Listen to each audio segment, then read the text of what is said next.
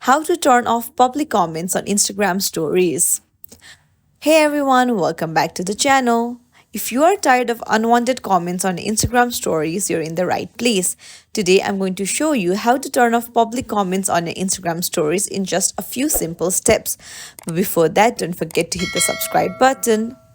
So, open up your Instagram app and then tap on add your story option, and there you'll see a settings icon which is shaped like a gear on the top right corner. Tap on it and tap on story, and then scroll down until you see commenting. Tap on allow comments.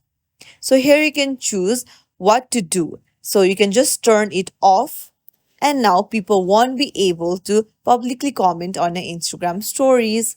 And this is it. If you found this tutorial helpful, don't forget to like and subscribe to our channel for more helpful tips and tricks. Thank you for watching. I'll see you in the next video.